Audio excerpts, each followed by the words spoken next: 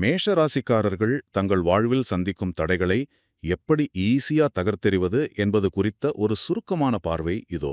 மேஷ ராசிக்காரர்கள் எவ்வளவு உழைத்தாலும் ஏன் தொழிலிலும் வாழ்க்கையிலும் தொடர்ந்து தடைகளை சந்திக்கிறாங்க அப்படிங்கிற அடிப்படை காரணத்தையும் அதை 100% தீர்க்கும் எளிய பரிகாரத்தையும் ஜோதிடர் கோகுலக்கண்ணன் அவர்கள் ரொம்பவே தெளிவா விளக்கியிருக்காரு. முதலாவதாக இந்த தடைகளுக்கான மூல காரணத்தை பார்ப்போம். மேஷ ராசியோட அதிபதியான செவ்வாய் அதீத வேகத்துக்கு சொந்தக்காரர்.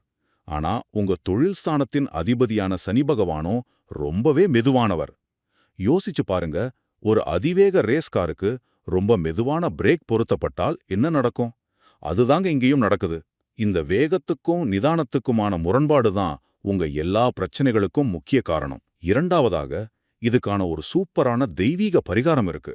செவ்வாயின் அதிபதியான முருகப்பெருமான நீங்க வழிபடணும். ஏன் தெரியுமா?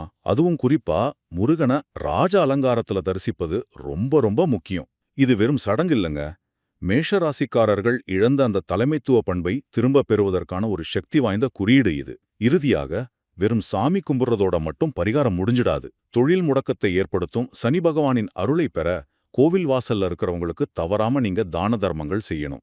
ஏன்னா அடுத்தவங்களுக்கு தர்மம் செய்யறதுல தாங்க தடைகளை முழுசா நீக்கிற உண்மையான பலனே ஒழிஞ்சிருக்கு. சுருக்கமா சொல்லப்போனா, மேஷராசிக்காரர்கள் முருகனை ராஜ அலங்காரத்துல தரிசிச்சு ஏழைகளுக்கு தர்மம் செஞ்சாலே போதும், கிரக முரண்பாடுகளை சரிசெய்து முழுமையான வெற்றியை நிச்சயமா அடையலாம்.